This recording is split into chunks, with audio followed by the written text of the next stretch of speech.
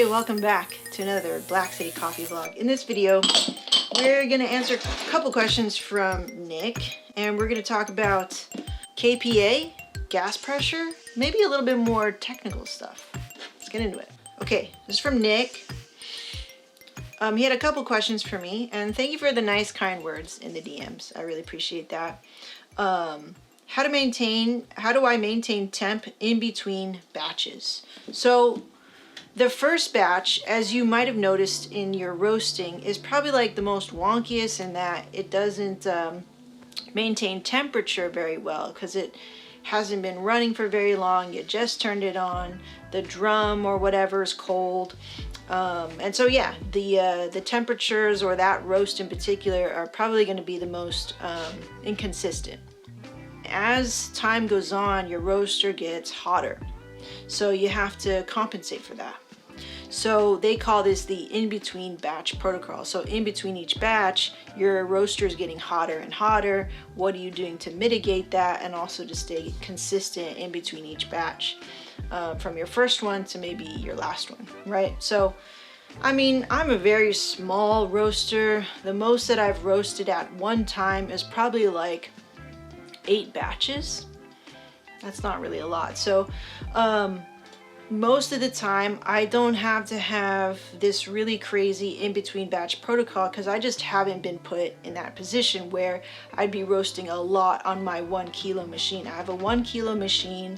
I have 1 kilo sort of like orders that come in. I maybe roast maybe like 10 pounds to 15 pounds every 3 weeks or something like that. So maybe in a month, maybe 20 pounds at most. And then most of the time nowadays it's more like 10. So cut that down in half nowadays. Like the most that I'll run a lot of batches on my machine with the attention that I give roasting these days, probably the most it's gonna get is like maybe 20 to 30 pounds in a month during holiday time or during like the beginning of the year, the end of the year. Yeah, my in-between batch protocol isn't that crazy and I don't think it's that tested. With that being said, what I like to do is my first roast I know is going to be wonky, so I try to roast the most forgiving bean that I can. So for example, I'm not going to roast like a really high elevation Ethiopia washed coffee right out of the gate if I can help it. You know, if I can't help it, what I'll do is I'll let my roaster kind of heat up maybe a little bit longer. It'll take me longer to kind of like hold a temperature in the roaster, but I'm not gonna be too worried about it. I'll just kind of like make up for it during the roast, especially since I'm just a passionate hobbyist roaster. I feel like the pressure is not particularly that hardcore for me and for what I'm trying to produce here, but I do try to produce the best roasts that I can, even though how amateur I am. I kind of just go with what's in front of me. So if I feel like it's a cold day, it's my first roast, maybe I've got a hard coffee to harden that, it's like maybe it's tricky and it's like it needs a lot of heat or something. What I'll do is I'll preheat. And what temperature do I preheat to? So I'll preheat to about 4, like if I know I'm gonna charge at say 350 degrees Fahrenheit, I'll probably preheat to about 370 and I'll hold temperature around, I'll come back down, I'll turn the air back on, I'll turn the flame really low to maybe almost off, but I'll turn the air on and I'll make it cool down to about maybe 330 or something like that, and I'll try to hold that temperature for like 15 minutes. Okay, so that's typically what I do. I'll preheat to a higher temperature than my charge. Once I get to that point, I'll start lowering the temperature based on how I feel in that day. Basically, it's just lowering the heat all the way. Maybe I crank the fan or something like that. If I need to cool down even faster, I'll open the hopper, or I'll even open the door of the drum. And that's a really quick way to come down and heat if I need to, because sometimes I'll I'll turn on the gas, I'll preheat the machine, I'll walk away, I'll get my green, I'll do whatever I need to do, I'll clean or whatever while it's preheating. And sometimes that thing will go up to like 400, 410, and my machine has an automatic shut off of like I forget, maybe it's 430, it's 4 something, it's not that high. It'll automatically shut off, and that'll kind of like, it won't, it'll put like just a little wrench in my system where I have to wait even longer, right? And I'm trying to be as efficient as possible, because when you do things on a very small scale and you're not designed to scale, things take longer. It takes so long for me to do one order. I'm not complaining, but I'm just saying, like, it takes a lot of time. So I'm trying to be as efficient with my time as possible. So so that's the first roast. Now after the first roast, the drum itself will be retaining a little bit more heat. Obviously, it's gone through a roast already, and it's going to be holding heat as well, right? So I have to kind of account for that as I move along in my roast. Now, it's not really a big deal on the second roast. Where it starts to become an issue, where the heat that it's holding is like too much, or it starts to just be a little bit too volatile or being too hot, is maybe along the fourth or the fifth roasts. And this is an issue, say, if I'm like maybe roasting a more natural process green, or green that requires a little bit more gentler handling versus a more aggressive handling. So in general, because I know the roaster is getting hotter as time goes on, as I'm roasting, I'm gonna want to roast the denser, the more elevated washed coffees towards the end of my roast cycle. In general practice, that kind of works out for me in terms of dealing with the heat retention of the roaster. Now, that's how I do it in between batches. Now, how do I come down in heat and come up to heat in between batches? So after the first roast, I know that it's holding heat better. Cool. I'm gonna charge another coffee. Maybe it's 350 degrees again. Okay, so I'm gonna let it come down. And it already has come down after I dropped the coffee, right? It's already come down to maybe like 330 with the fan on and everything, and the doors are open and whatnot.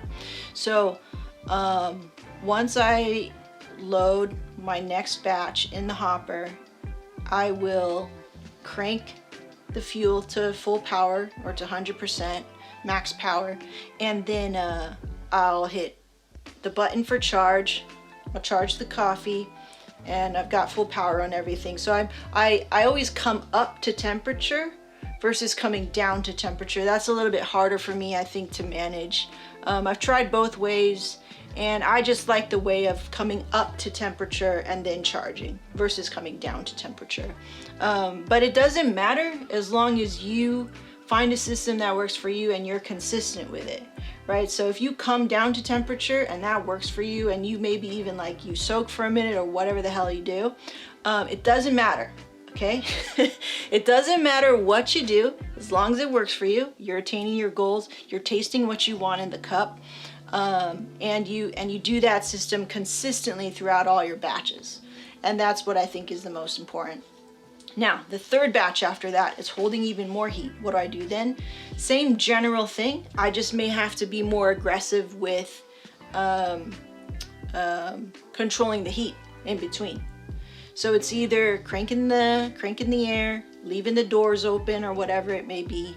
But really, in generally, I'm not trying to let the roaster, the environmental temperature of the roaster, the numbers that I see on the PID, on the actual PID, get too high.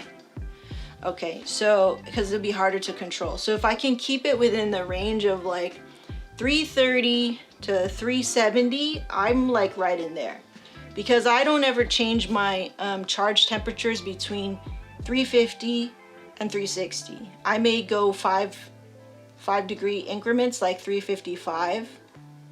That may happen.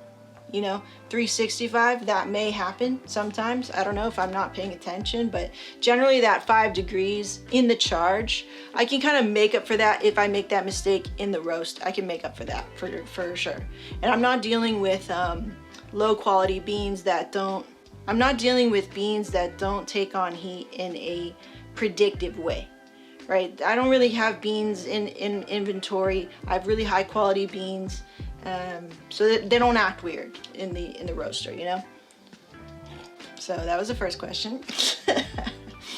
Okay, number 2, what is 100% of fuel and down regulating gas?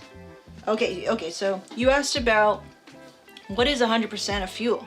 It depends on your roaster. So for my 1 kilogram machine that was made in 2019, so this is before their like their digital stuff. It's right before they made a lot of I think improvements. So I'm more on the manual side of my Mill City roaster, and for each year they make improvements.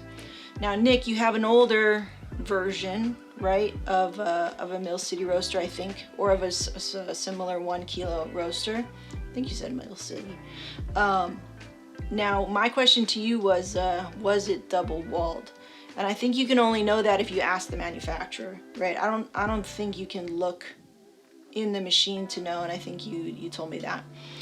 The reason why I asked that is because if indeed the drum is double walled, then it will have a better maintenance of heat throughout in between your batches. That, kind of think of it as like a thermos. You know, like a thermos will have 2 walls. So you have that first wall that's super duper hot, and then you have the second wall that kind of insulates that first wall.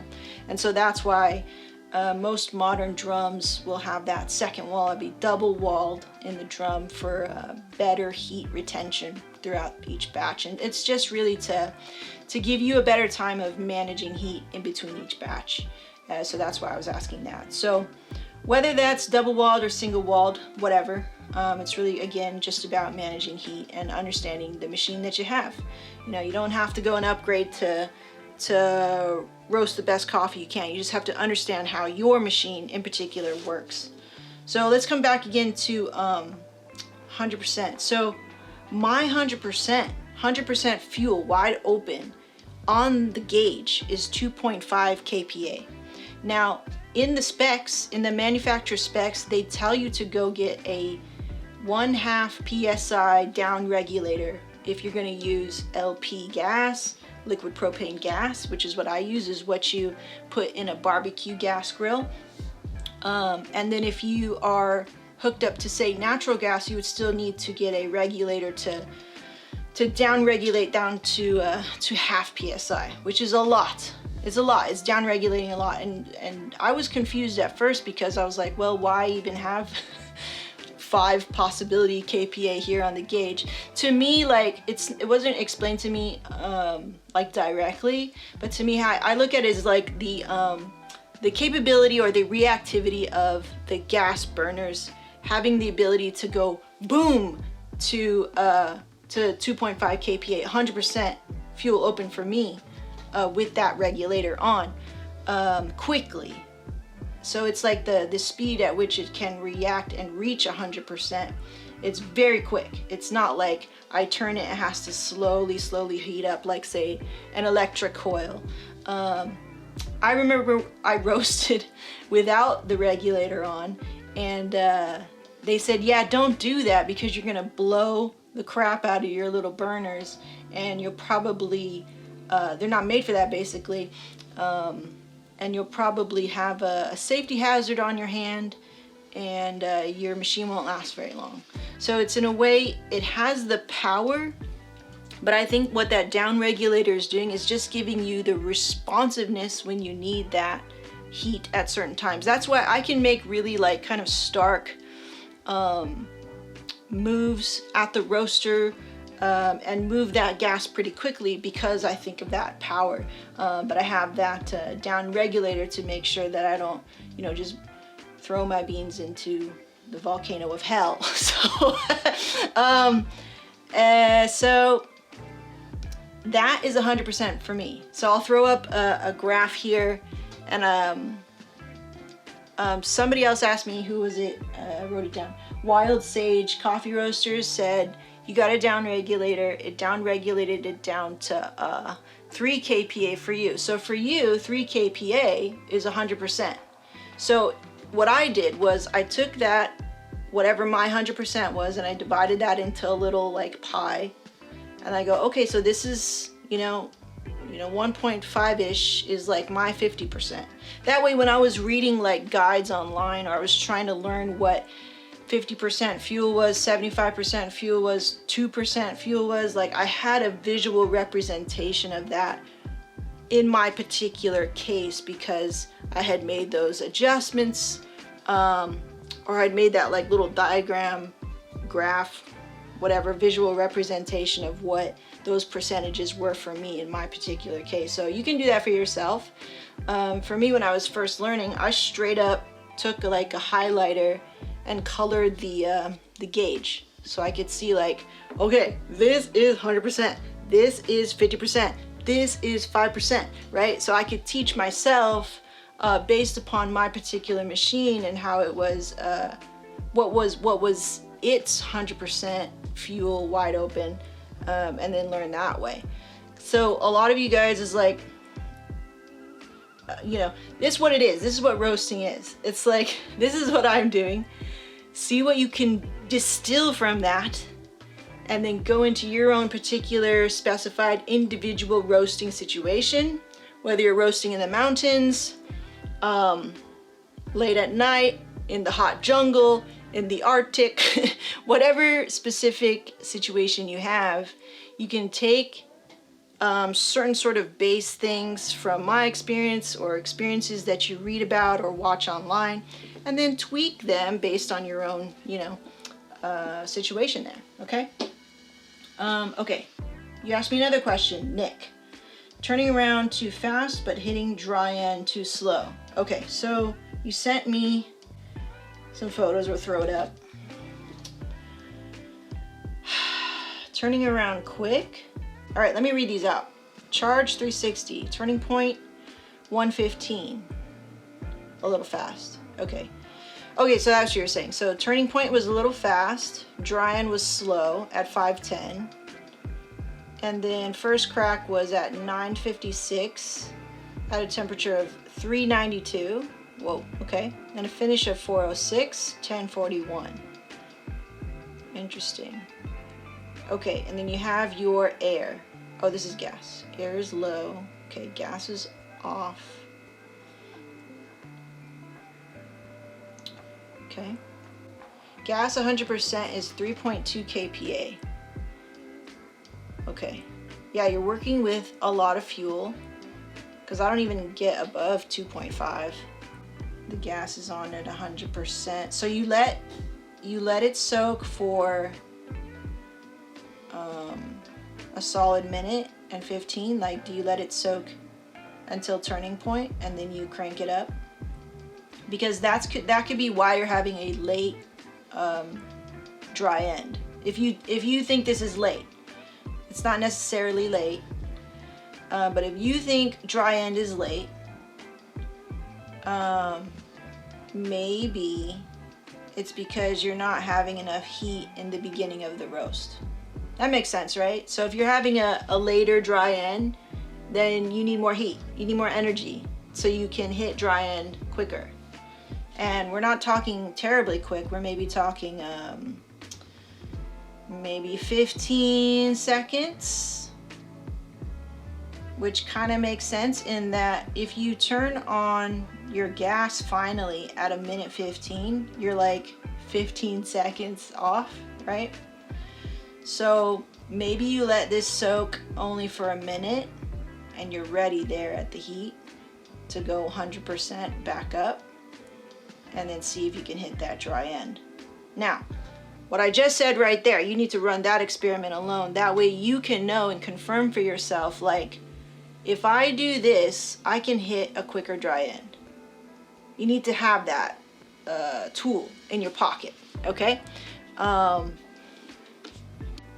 me hit record again. Okay, so do that first. Now, if that works, you will have confirmation now, right? So if you're trying to teach yourself how to roast, you go, okay, yes or no, does this theory work? Okay, so run that test, and then if it passes, if it doesn't pass, you need to go back to the drawing board. Okay, so say it passes, you get a quicker dry end at say like 4 minutes 50, something like that. And it's around 300 degrees. Yeah, see, so your dry end was at 290. So I think it's a little, you don't have enough energy, period. That's what I think. So run that experiment and get back to me. All right. And then then here comes the hardest part of the roast, is management of heat between dry end and first crack. Well, let's not get into that. That's gonna be too much for this video. But do that experiment first, okay, Nick? And then get back to me in my DM. All right, what is measured, this is the last one, easy one. What is measured by bean temperature probe and the environmental probe? So the environmental probe, they should be two different probes. You have the environmental, depending on your machine. Sometimes they don't even have like sometimes they don't have two probes like this. But in my machine, and I think in your machine, environmental probe is that PID temperature that you'll see on your machine. I forget. I can't save your videos, so I can't remember from memory. But on that PID, that is basically equivalent to the ET, or environmental temperature. So it'll probably be a probe that's higher up in the drum, and the bean probe temperature will be lower in the drum, hopefully in the bed of the beans where they are most accumulated, the bottom of the drum, right? And so the bean temperature is not accurately, but it's trying to get the temperature of the beans collectively, right? And then the ET is like kind of up here, like what's the environment? That's your charge temp. And then finally, when you drop the coffee, that is your bean temp. That's what you're looking for, okay? So we're looking at ET for the charge temp, and then when we drop the coffee, we're looking at the BT, the bean temp. Yeah. I know it's confusing. They don't really like, you know, tell you that. And that's the fun of roasting. So, yeah. All right. Well, I hope that helps. And this is just a reminder, this is by no means law, okay? This is just my opinion and based on my very anecdotal evidence of the roaster that I have in front of me. You know, so I'm just sharing. This isn't like an official class or whatever. So for those of you who like to comment and be like, I would never do that, then don't do that. Don't do that. Do what you do. Do you, and do what works for you. You know, I'm just sharing what I do over here, and hopefully it helps you, because there were so many times that I was reading there online and I just had no idea. But what I'm trying to distill in these videos is to also have you see the same thing. Like, okay, this is what's in front of me. How do I solve this issue that's in front of me based on my own evidence, based on my situation, based on this green, based on this, based on that, right? So we're just trying to use our little scientific brains to figure out how to roast the best coffee, and share it with our friends and family and customers and stuff. Okay? All right, good things. We'll see you in the next one. Bye-bye.